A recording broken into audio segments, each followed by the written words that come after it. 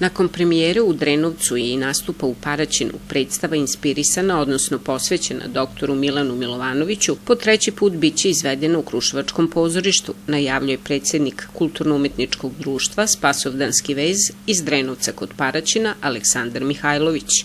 Doktor Milan Milovanović je rođeni Drenovčanin, rođen 1919. godine i on je jedan od osnivača vakcine protiv malih boginja 60. godina, što je tada bilo epohalno otkriće i to je jedna činjenica koja je za ponos svih nas i jedan detalj na koji mi želimo da sačuvamo od zaborava.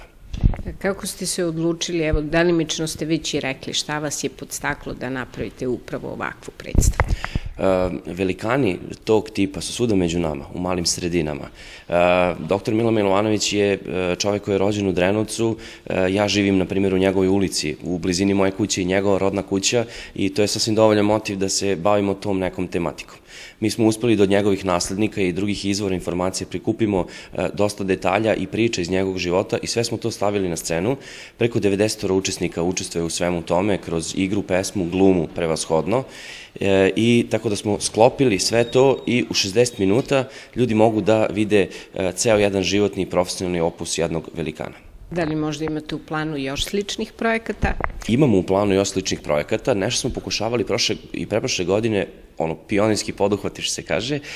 Sledeći u nizu biće prikaz života generala Ilije Gojkovića.